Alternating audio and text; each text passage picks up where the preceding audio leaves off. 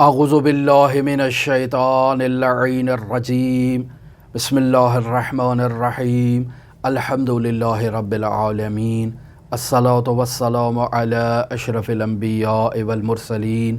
وعلی آلہ طیبین الطاہرین المعصومین الذین اذہب اللہ عنہم الرجس وطہرہم تطہیرا اللہم صل علی محمد وآل محمد وعجل فرج قائم آل محمد وَأَمَّا حَقُّ جَلِيسِكَ۔ عزیزان محترم، حضرت سید الاوصیاء امیر المؤمنین علی ابن ابی طالب علیہ آلاف و تحیت و ثنا کی اعلان ولایت کے پرمسرت ایام میں آپ کی خدمت میں تبریک و تہنیت پیش کرتا ہوں۔ ہماری دعا ہے کہ خداوند متعال ہمیں غدیری بنائے، ہماری دعا ہے کہ خداوند متعال ہمیں حضرت سید الاوصیاء امیر المؤمنین علی ابن ابی طالب علیہ آلاف و تحیت و ثنا کے ساتھ محشور فرمائے، ان کی تعلیمات پر عمل کرنے، ان کی تعلیمات کو احیاء کرنے، ان کی تعلیمات کو پھیلانے اور ان کے نقش قدم پر چلنے کی خداوند متعال ہمیں توفیق عطا فرمائے۔ حضرت امام زین العابدین علیہ الصلاۃ والسلام سے گراں قدر حدیث جسے رسالۃ الحقوق کے عنوان سے بھی یاد کیا جاتا ہے، ان کے مضامین پر ہماری آپ کے ساتھ گفتگو ہو رہی تھی، اور در واقع امام زین العابدین علیہ الصلاۃ والسلام نے ایسے گراں قدر حقوق کو بیان کیا ہے جنہیں ادا کر کے انسان معاشرے میں صالح بن سکتا ہے، معاشرے کو صالح بنایا جا سکتا ہے، مدینہ فاضلہ بنایا جا سکتا ہے، بشرطے کہ ان تمام حقوق کو محترم شمار کیا جائے، ان تمام حقوق کو ادا کیا جائے، ان تمام حقوق کو اہمیت کی نگاہ سے دیکھا جائے، اور انسان حضرت امام زین العابدین علیہ الصلاۃ والسلام سے یہ عہد کرے کہ میں ان حقوق کی رعایت کرتے ہوئے انسان کامل بنوں گا۔ آج جس حق کو امام زین العابدین علیہ الصلاۃ والسلام سے ہم بیان کر رہے ہیں، در واقع 31واں حق ہے، اس شخص کا حق کہ جو ہمارا جلیس ہے، جو ہمارا ہم نشین ہے، جس کی محفل میں ہم بیٹھتے ہیں، اس شخص کا ہمارے اوپر کیا حق ہے۔ در واقع اس مقام پر امام زین العابدین علیہ الصلاۃ والسلام محفل کے بھی آداب کو بیان کر رہے ہیں، اس شخص کے بھی حق کو بیان کر رہے ہیں کہ جس کی محفل کو ہم نے انتخاب کیا، ہم اس کی محفل میں جا کر بیٹھے، اس کو اپنا دوست بنایا، اس کے ہمارے اوپر کیا حق ہیں۔ تو امام فرماتے ہیں وَأَمَّا حَقُّ جَلِيسِكَ، تیرے ہم نشین کا تجھ پر یہ حق ہے، فَأَن تُلِينَ لَهُ جَانِبَكَ، کہ تو اس سے نہایت ہی نرم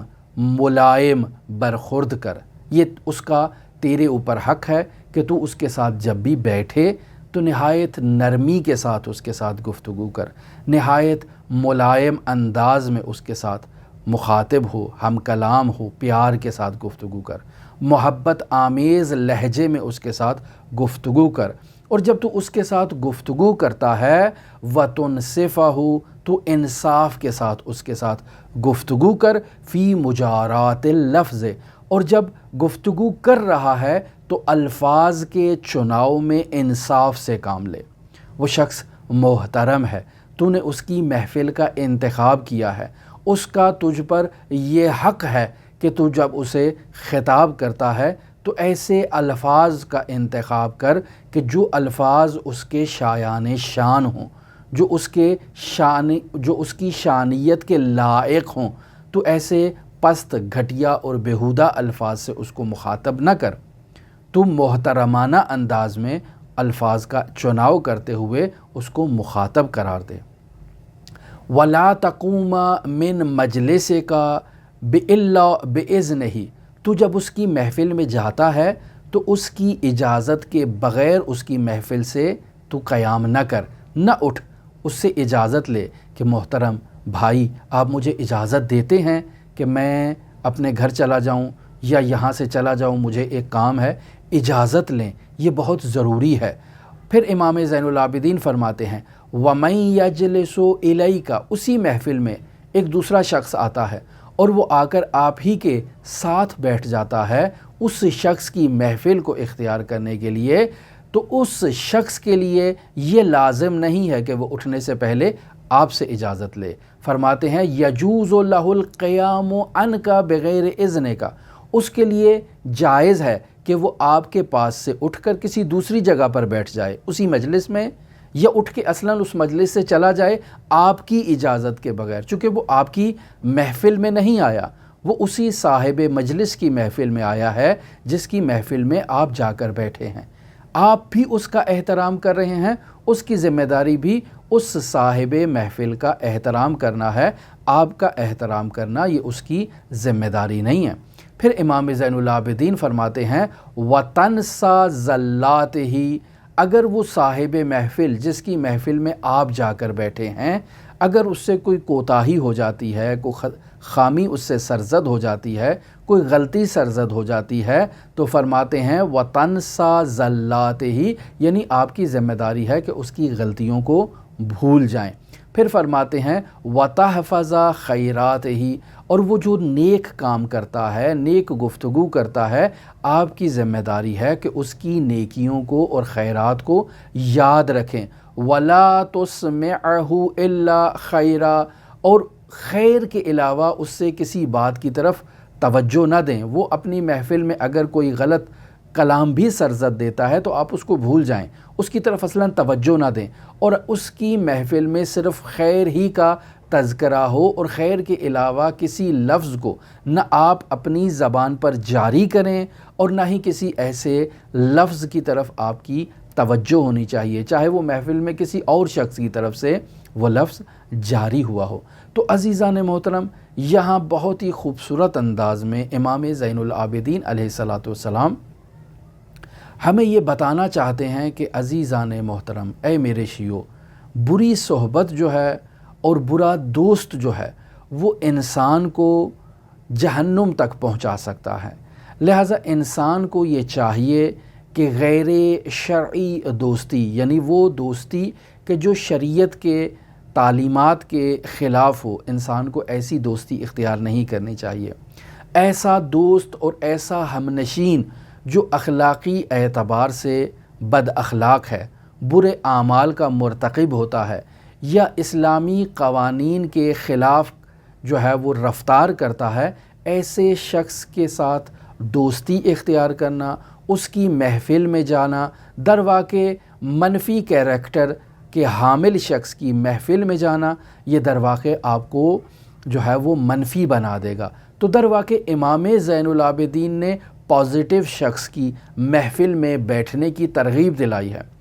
وہ شخص کی جس کی محفل منفی ہے، جو خود منفی دوست ہے، اس کے بارے میں امام زین العابدین نے بیان ہی نہیں کیا۔ کیوں؟ چونکہ امام زین العابدین علیہ السلام نہیں چاہتے کہ ان کا شیعہ کسی ایسے شخص کی محفل میں جائے کہ جو منفی باف ہے، جو غیر اخلاقی ہے، جو غیر شرعی ہے، جو غیر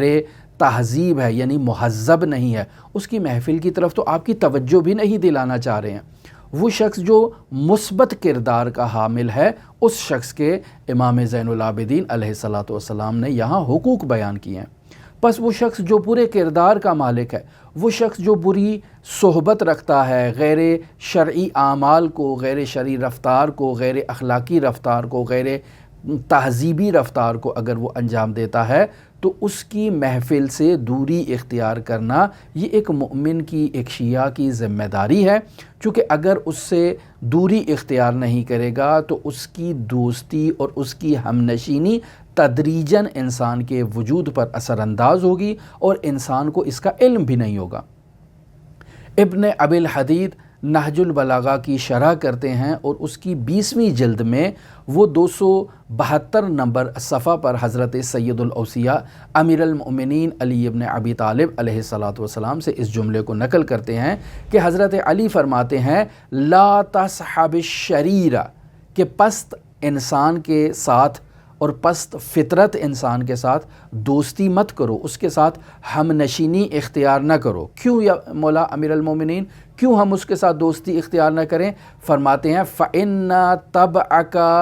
يُسْرِقُ مِنْ طَبْعِهِ الشَّرَّ، چونکہ تمہاری طبیعت اس کی طبیعت سے شر کو اخذ کر لے گی،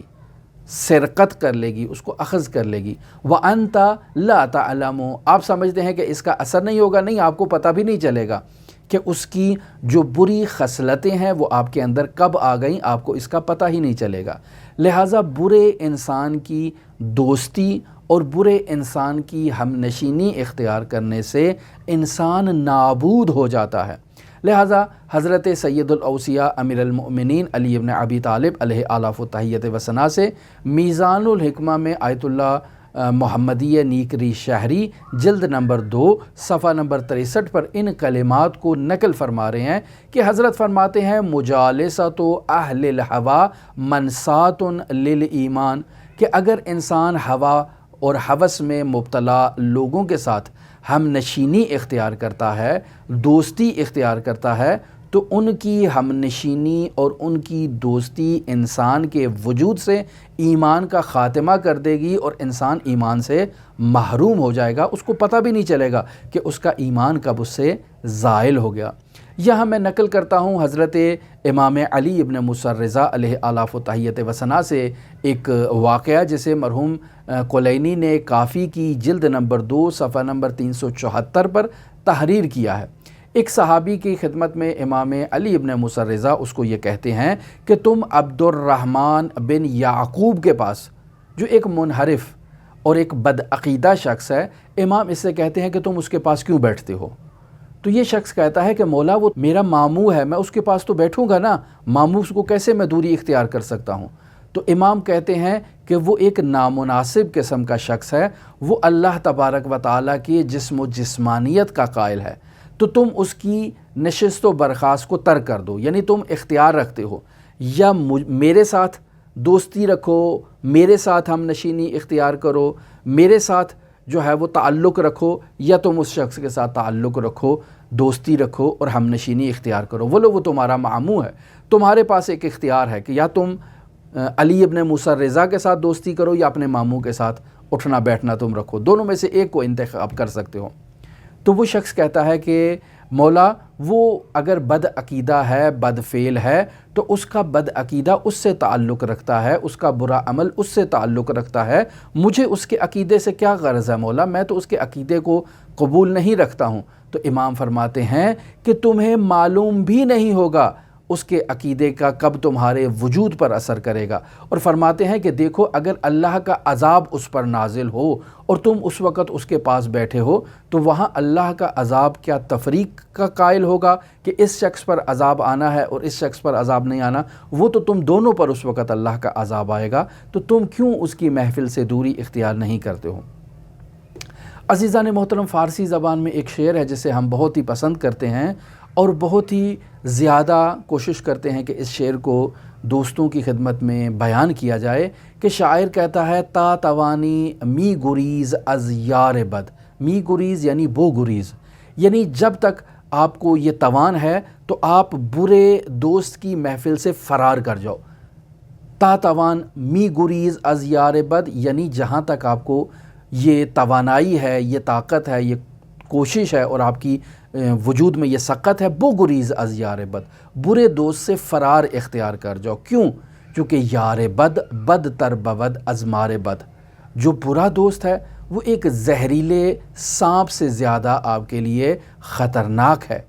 کیوں؟ چونکہ مار بد تنہا ترا برجاں زند،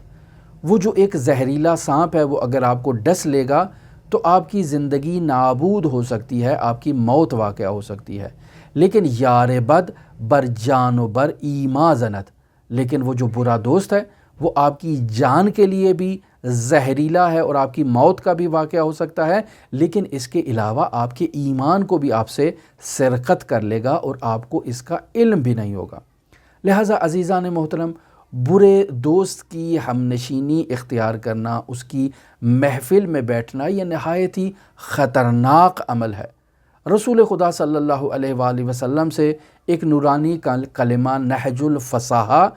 اور اس کے صفحہ نمبر 975 پر یہ جملہ رسول خدا صلی اللہ علیہ وآلہ وسلم سے نقل ہے کہ اول الناس بالتہمت من جالس اہل التہمہ، کہ وہ شخص کہ جو اہل تہمت افراد کی محفلوں میں بیٹھتا ہے وہ تہمت کا زیادہ مستحق تر اور سزاوار تر ہے۔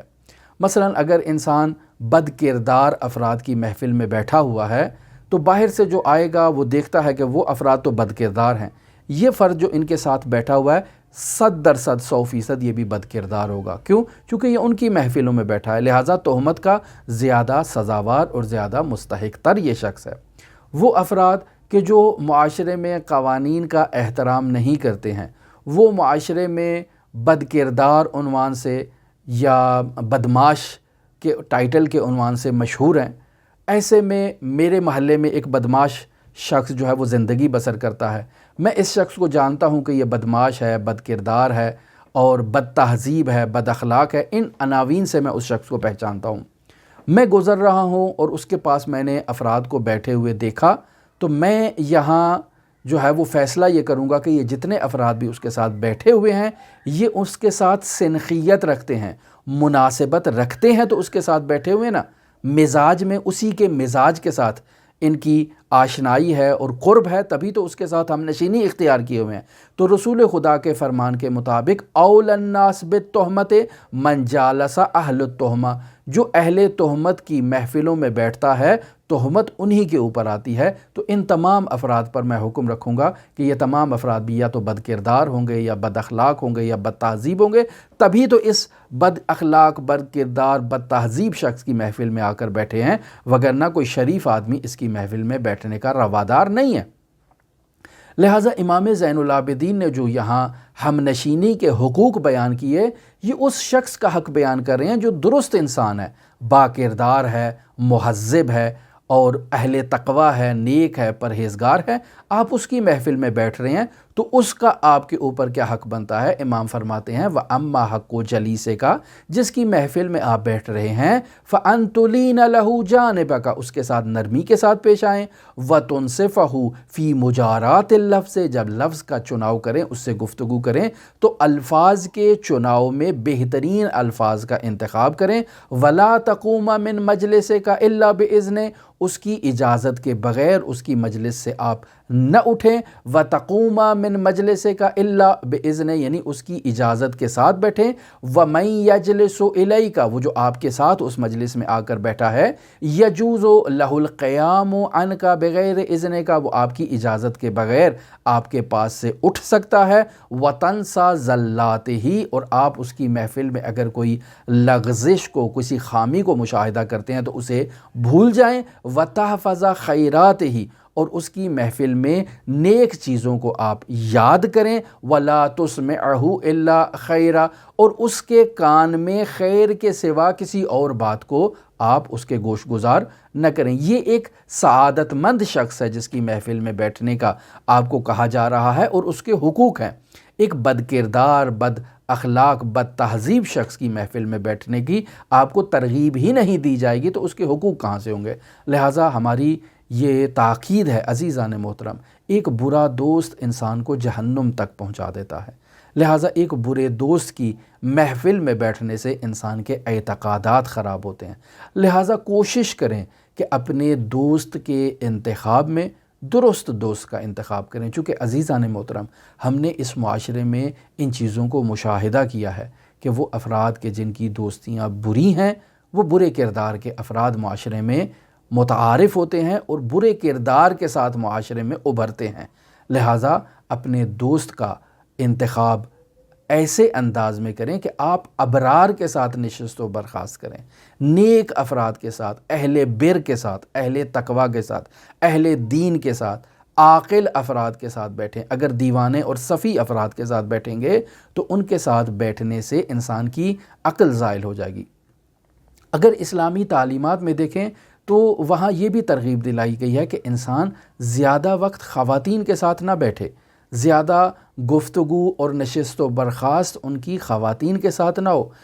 یہاں بعض لوگ منفی ایک پروپیگنڈا کرتے ہیں کہ شاید اسلامی تعلیمات میں خواتین کو ناقص العقل قرار دیا گیا ہے۔ نہیں، ایسا نہیں ہے، خواتین ناقص العقل نہیں ہیں، عاقل ہیں، لیکن زیادہ جو چیز مشاہدے میں آتی ہے وہ یہ ہے کہ خواتین اپنی قوہ عاقلہ کا استعمال کم کرتی ہیں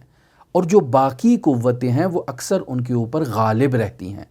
یعنی خواتین میں جو انسان میں جو 4 قوتیں پائی جاتی ہیں، قوہ عاقلہ مفکرہ ہے، قوہ غضبیہ ہے، قوہ شہویہ ہے، قوہ وہمیہ ہے، خواتین عقل کا استعمال کم کرتی ہیں، عاقل ہیں لیکن زیادہ تر ان میں احساسات غالب رہتے ہیں، اور وہ احساسات کی بنیاد پر زیادہ جو ہے وہ فیصلے کرتی ہیں، گفتگو کرتی ہیں، بات کرتی ہیں، اور قوہ عاقلہ کو ہمیشہ مغلوب رکھتی ہیں۔ لہٰذا اس وجہ سے کہا گیا ہے کہ انسان خواتین کے ساتھ زیادہ نشست و برخاست نہ کرے، چونکہ ان کی محفل میں بیٹھنے سے انسان میں وہی زنانہ خصلت زیادہ اجاگر ہو جائے گی، اور وہ اپنی قوہ عاقلہ کا استعمال کم کرے گا، اور زیادہ تر وہ احساسات و عواطف سے فیصلہ کرے گا، گفتگو کرے گا، اس کی بات میں عقل کا جو پیمانہ ہے وہ مغلوب رہے گا، باقی جو 3 قوتیں ہیں وہ قوتیں ہمیشہ اس کے اوپر غالب رہیں گی۔ اس وجہ سے کہا جاتا ہے کہ خواتین کی محفل میں کم بیٹھا کریں۔